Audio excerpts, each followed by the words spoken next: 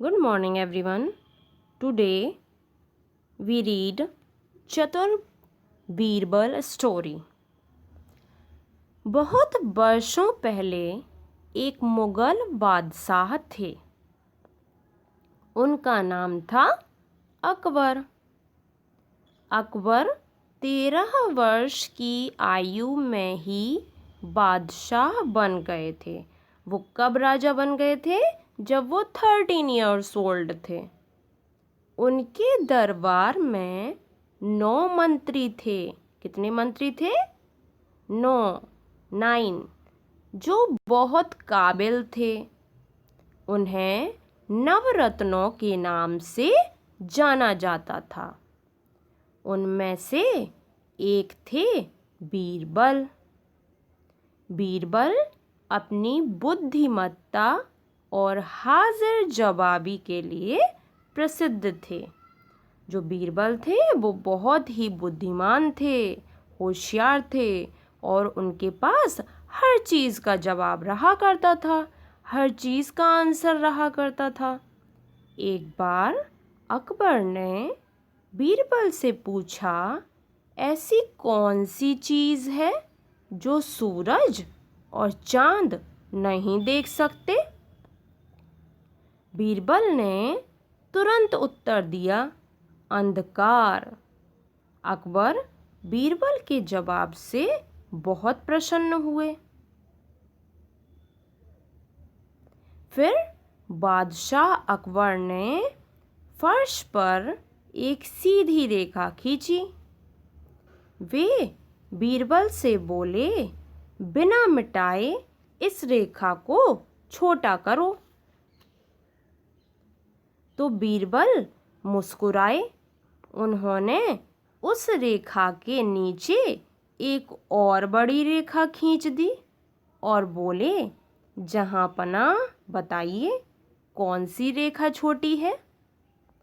अकबर ने बोला, इसमें क्या शक है?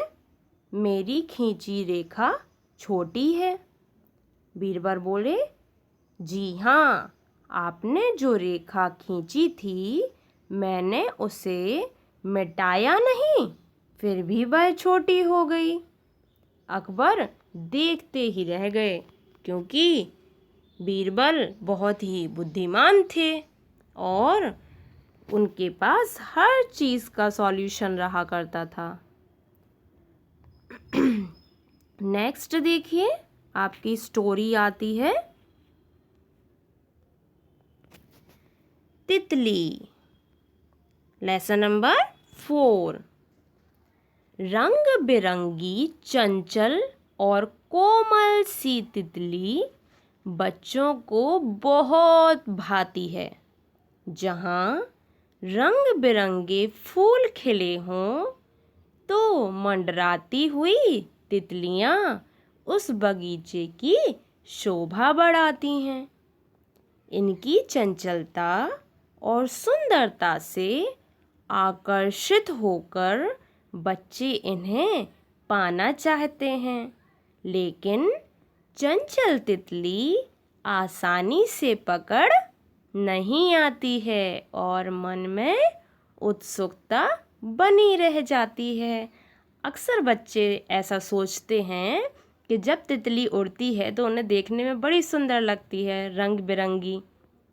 तो वो चाहते हैं कि काश ये मेरे हाथों में आकर बैठ जाए, इसको मैं पकड़ लूँ, पर वो तितली इतनी आसानी से हाथ में नहीं आती है और हमें उसको पकड़ना भी नहीं चाहिए। पता है क्यों? क्योंकि उसके विंग्स, उसके पंख जो होते हैं वो बहुत सॉफ्ट, मुलायम होते हैं। अगर हम उसको पकड़ेंगे तो उसके विंग्स खराब हो जाएंगे और फिर वो कभी उड़ नहीं पाएगी और हमें तो उड़ती हुई तितली ही अच्छी लगती है ना? चलिए पोयम पढ़ते हैं। रंग बिरंगे पंख तुम्हारे सबके मन को भाते हैं। कलियां देख तुम्हें खुश होती, फूल देख मुस्काते हैं। कवि कहता है कि देखो तुम्हारे पंख कितने रंग बिरंगे हैं। और ये सब के मन को अच्छे लगते हैं। और जो फूलों की कलियां होती हैं वो भी तुम्हें देखकर खुश होती हैं, और जो फूल होते हैं वो भी तुम्हें देखकर मुस्कुराते हैं। किसको देखकर? तितली को देखकर। रंग बिरंगे पंख तुम्हारे सबका मन ललचाते हैं। तितली रानी यह कह सभी बुलाते हैं। कवि कहता है कि देखो तुम्हारे पंख कितने रंग बिरंगे हैं। इतने प्यारे पंख देखकर हम सभी का मन ललचाने लगता है। और तितली रानी इस नाम से सभी तुम्हें बुलाते हैं। पास नहीं क्यों आती तितली, दूर दूर क्यों रहती हो। फूल फूल के कानों में जा जा कर क्या कहती हो।